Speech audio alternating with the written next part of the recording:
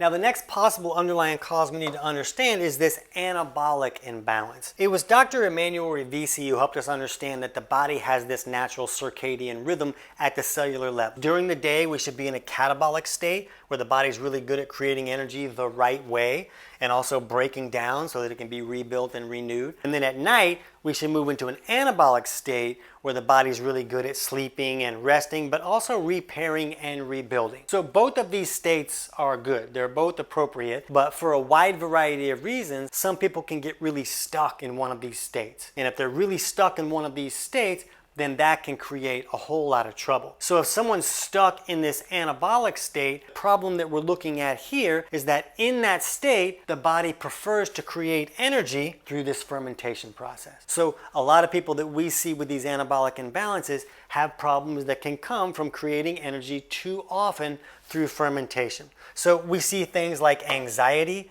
and constipation. And the constipation issue comes about because in that anabolic state, the body's going to send too much water to the kidneys and not enough to the bowels. And then the stool can get dry and hard. Now, there's other causes of constipation. I've talked about those a lot, but this is just one possible cause. Anxiety also has different possible causes that can come about. We have a lot of videos on anxiety, but one possible cause is excess lactic acid. So I have a link below that kind of shows us that a lot of times when they're studying what's going to help somebody get out of a panic attack, they have to create a panic attack first to kind of see what's going to help them get out of that. And they do that by injecting them with lactic acid. It's called a lactate-induced panic attack. So they understand that when lactic acid goes very high, it can create a panic attack, but nobody ever talks about the fact that lactic acid going pretty high can cause anxiety for a lot of people. So it's really common to see anxiety with fibromyalgia, and of course they're going to say, well, you're having pain all the time. It makes sense that you would be anxious about that. But we like to look at the actual physiology of what's going on in the body, and this makes sense. This anxiety going high for some people with fibromyalgia, not all, but for some, it makes sense because they're dealing with that. You'll also see some people that say, well, my fibromyalgia gets a lot worse at night,